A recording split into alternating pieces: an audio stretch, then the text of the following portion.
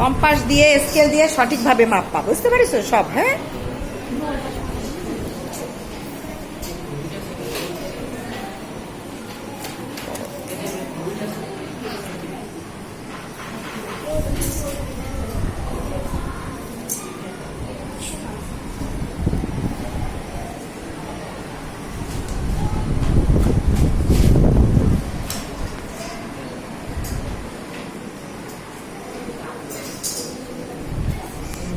এটা কি করছো এটা বলো।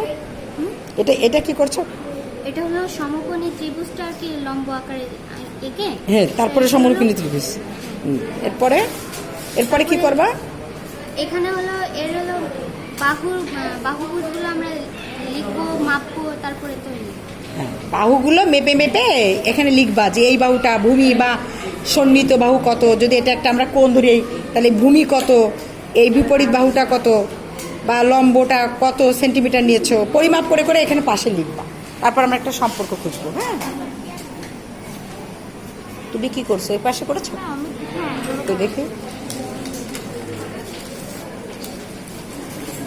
এগুলো করা হয়ে গেছে। হ্যাঁ, আচ্ছা ঠিক আছে, করো সব বেশ বেশ সুন্দর করে করো। সবাই করছো তাই না? করো, খুব সুন্দর।